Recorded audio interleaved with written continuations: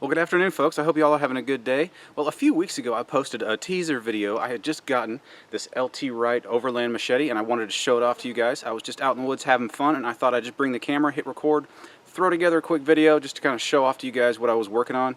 That video turned out to be pretty popular. You guys were interested in this machete. Well, it has been about 3 weeks, and the time for the review has come. And I have to say, I've been really impressed. As time has progressed over the last few weeks, as I've been testing this, I've gotten more and more impressed with this thing. If you hang around, I'll tell you why.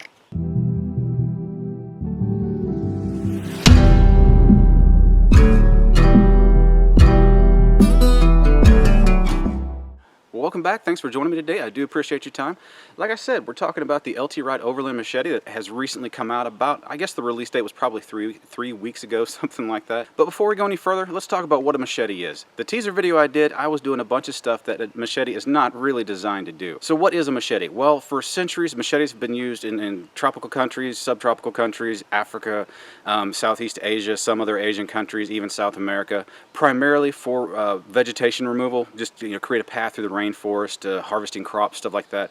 Another primary purpose, depending on what design it is as a weapon. Today, we're not going to talk about the weapon part. We're going to talk about what a machete is designed to do, as in basically carving a path through the woods. For those of you who have not seen that teaser video, I'm going to put a link right about here, something like that. Maybe leave a little bit of it playing just to kind of wet your whistle a little bit. But anyway, I made a bow drill with it that day. I did some pretty extensive chopping with it. I did some feather sticks, struck a ferro rod, stuff like that. So right out of the gate, that proves that this blade can do more than just what a typical machete, or at least what in my mind I would think of as a machete's primary purpose, which is basically carving a path through the woods, basically. Before we go any further, let's do a quick rundown of the specs. It's really easy. Overall length is 19 inches. The sharpened edge length is 12 inches.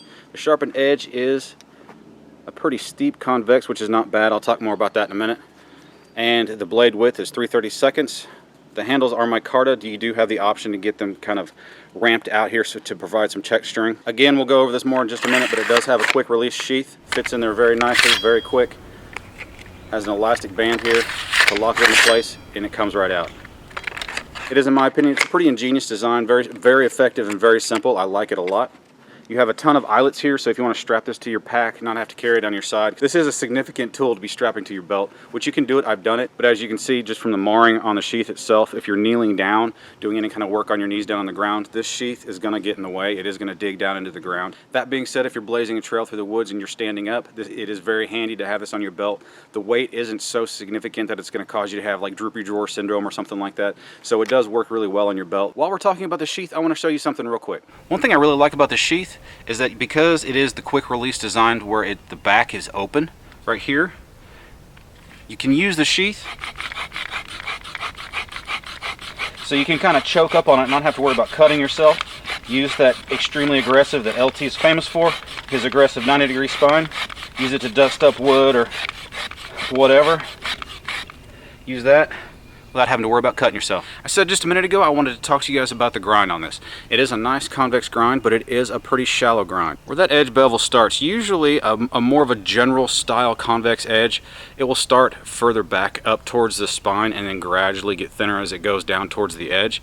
Whereas this starts out near the end. It creates more of a wedge or an axe type bit to it. So when you're chopping, it immediately starts to split out the wood, and that's good for green vegetation because, as a lot of folks know, when you're cutting into green vegetation, a lot of times you have to stretch the fibers to get your push cut to go any further, and that's what this does. As it starts to bite into the wood, it creates a wedge and starts pushing those fibers out that have already been cut and stretches the fiber that the edge is about to hit, and that allows it to be cut a lot easier. So it's kind of chunking its way through green vegetation.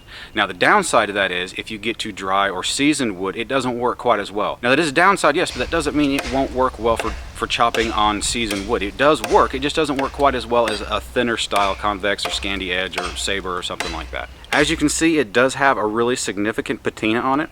I don't know exactly what the process involves, but LT says it's a 2-stage patina, and it works extremely well. I have seen this on their HC Bushcrafter knife. It held up fantastically over the testing of that knife, and over the last 2 or 3 weeks that I've been abusing this knife, it has worked out really well. Going back to this being 1075 steel, it is a spring steel, so it does have flex to it, so you don't have to worry. You can really pound on this thing and you don't have to worry about it breaking. Now, I mean, I'm not suggesting to go break out the sledgehammer or anything, but it will stand up to a significant amount of pounding on. One of the hardest things you can do with a knife is to actually chop with it, because as it goes into wood, if there's any kind of twist to the side, going in straight in is not an issue with the knife typically.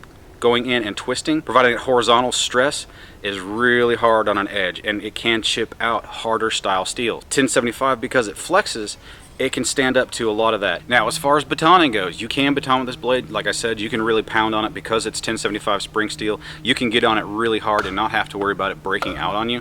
But again, because the grind is so shallow, it is going to be a little bit more difficult to get that batoning process started. And 3/32 is a pretty thin steel, so it's not going to have that natural wedge formation to easily split out wood like you would normally see on a more traditional bushcraft style blade. As you can see, this grain's pretty twisted going down through here. It's one thing I like about this 1075 steel. Because it flexes, it can follow that grain. You don't have to worry about busting your blade out.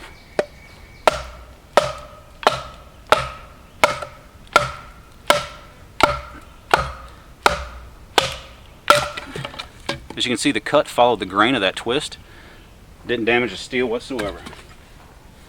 And beyond that, didn't damage that patina either. We're all familiar with the phrase, a jack of all trades, a master of none. Well, this machete fits into that, and above and beyond that, it is a jack of all trades, and it is a master at being a machete. So you may also be wondering, doesn't that kind of sound like a one-tool option? In my opinion, yes, it is a one-tool option. Anyway, so let's get on to what this machete excels at, which is removing brush material.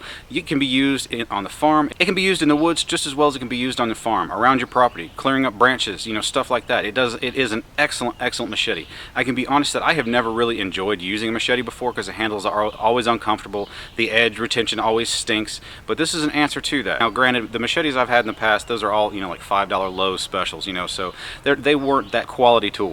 But anyway, with all that being said, let's get on to what this machete excels at, which is removing brush, removing branches, carving a path in the woods. You probably can't see it in frame, but just over my left shoulder and about 50 yards or so into the woods, I have a semi-permanent shelter or tarp set up just so I can quickly run outside, go in the woods, play, whether it be filming or just to relax. Anyway, about once a year, I have to carve a path out because stuff grows up and gets in my way. So we're going to recreate that path today.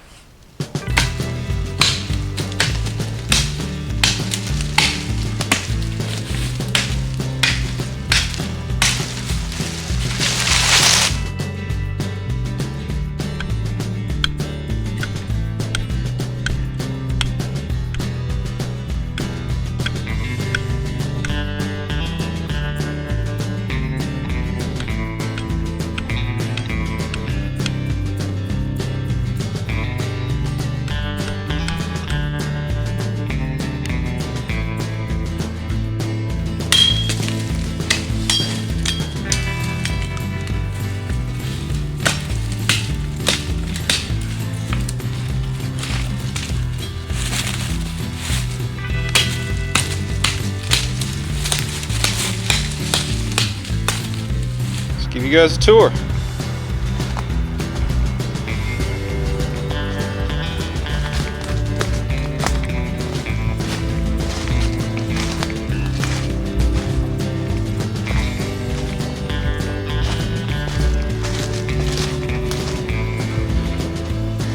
we go, quick home away from home.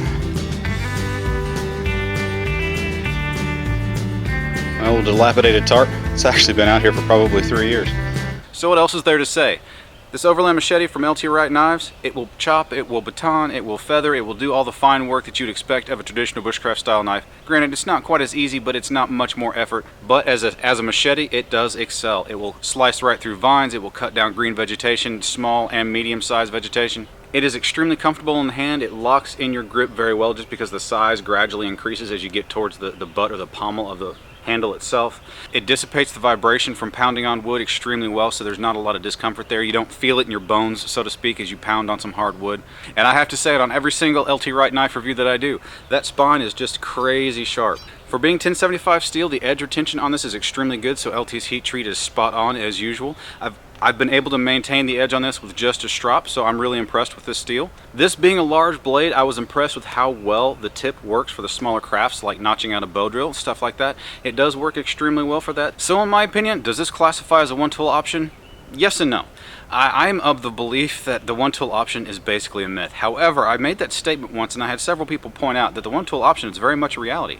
If you're in a situation, you only have one tool, then that's your one tool option. So if you guys are out there looking for a one tool option that is pretty affordable at 140 bucks, 145 bucks, something like that, this in my opinion should be something you should look into. All right folks, so the price point on this blade is $115 without the sheath. With this Kydex sheath that I showed you a little bit ago, it is $145. They do have, or they will have, leather options available. I don't know what the prices are for those, but I will leave, as usual, all the relevant links in the description if you want to pursue that a little bit further. Anyway folks, thank you very much for being here today. I've appreciated your time very much. I've had a lot of fun showing this off to you. I hope you've enjoyed it as well. If you've enjoyed this video, found it informative, helped you make a decision whether this is something that might be for you, please go ahead and hit that thumbs up button. I would appreciate it very much. Also, there's a subscribe button right down here. If this is your first time at the channel and if you enjoyed what you've seen, I would invite you to go ahead and hit that subscribe button. And guys, as usual, hit up the comment section. That's the most important part. Let's start a discussion. Let's talk about this knife, the concept behind it, the concept behind a one tool option. Just let me know your thoughts. Let's talk about it. Anyway, thank you again for being here today, and I will see you next time. You guys have a great day.